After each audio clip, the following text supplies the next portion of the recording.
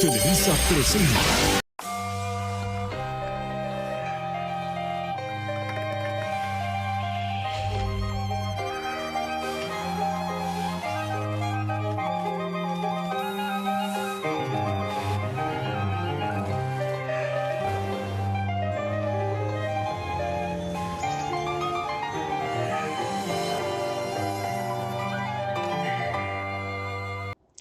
El milagro mexicano de 1940 a 1970 fue un periodo de crecimiento económico impresionante en México, al punto que parecía un verdadero milagro. En esas 3 décadas, el país pasó de ser mayormente agrícola a convertirse en una economía más industrializada. Se construyeron carreteras, fábricas, escuelas y hospitales.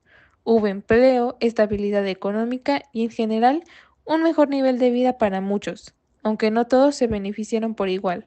Ahora explicaremos esto en 3 partes. Número 1. Modelo de sustitución de importaciones, llevado a cabo desde 1940 hasta 1955. Aquí la estrategia era sencilla. En lugar de comprar los productos desde el extranjero, nuestro país, México, sería el encargado de producir los propios. ¿Cómo?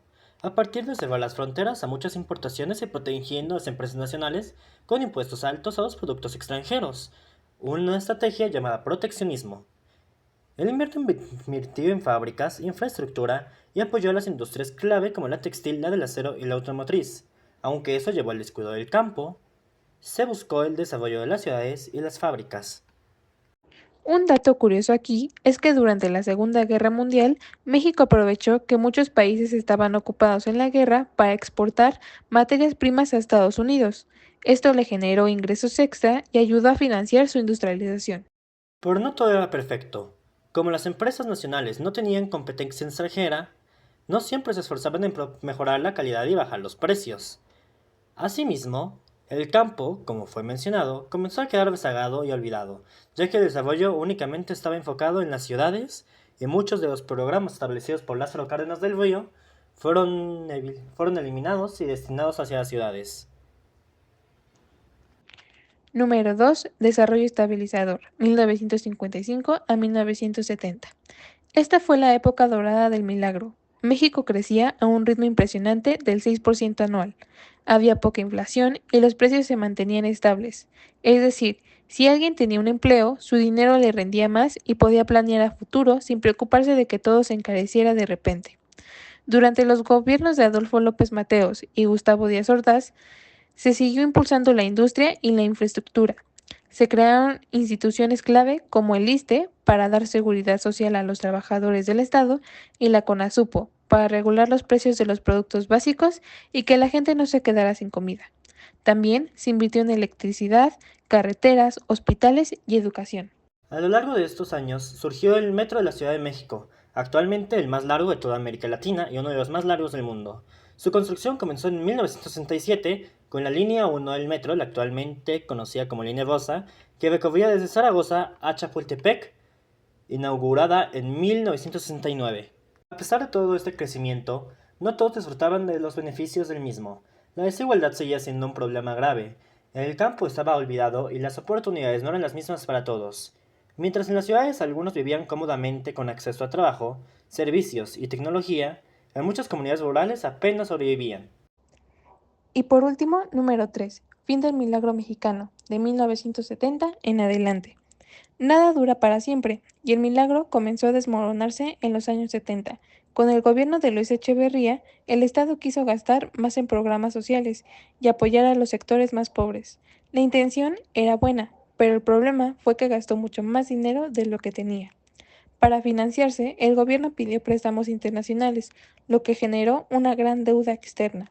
Un dato curioso aquí es que casi durante 20 años el peso mexicano se mantuvo fijo en 12.50 por dólar, lo que daba estabilidad y confianza a la economía. Pero en los 70 el gobierno empezó a imprimir más dinero de lo que debía, lo que llevó a inflación y devaluaciones. Durante el gobierno de Díaz Ordaz, con más deudación y economía que ya no crecía como antes, el país entró en crisis. Para empeorar las cosas, los salarios ya no alcanzaban como antes y la calidad de vida empezó a bajar, lo cual al final terminó por desembocar en el fin de este periodo conocido como el Milagro Mexicano. En conclusión, El milagro mexicano fue un periodo de crecimiento impresionante que ayudó a la modernización de la patria, pero también dejó problemas económicos y desigualdades que afectarían a nuestro país en las décadas posteriores. Fue una época de grandes avances, pero también de devores que, con el tiempo y la acumulación, terminarían pasando una factura, una muy grande y costosa.